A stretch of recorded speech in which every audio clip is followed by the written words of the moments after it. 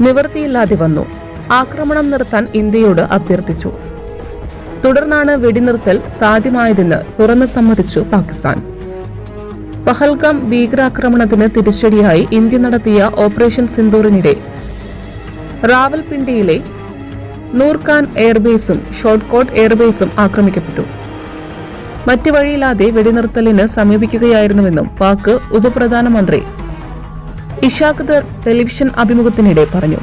ഇന്ത്യയെ സമീപിക്കാൻ Saudi Arabia സഹായിച്ചെന്നും വിദേശകാര്യമന്ത്രി കൂടിയായ ദർ വ്യക്തമാക്കി. പാകിസ്ഥാന്റെ അഭ്യർത്ഥന പരിഗണിച്ച് സൈനിക തലത്തിൽ നിന്ന് ഇന്ത്യ ചർച്ചയ്ക്ക് വഴിയൊരുക്കിയതാണ് വെടിനിർത്തലിലേക്ക് നയിച്ചതെന്ന് തുറന്നു കാട്ടുന്നതാണ് ദറിന്റെ വെളിപ്പെടുത്തൽ.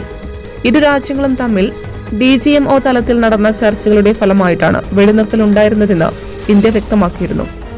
താൻ ഇടപെട്ടാണ് വെടിനിർത്തൽ സാധ്യമായതെന്ന US പ്രസിഡന്റ് ഡൊണാൾഡ് ട്രംപിന്റെ വാദം തള്ളുന്നതാണ് ദറിന്റെ പ്രസ്താവന.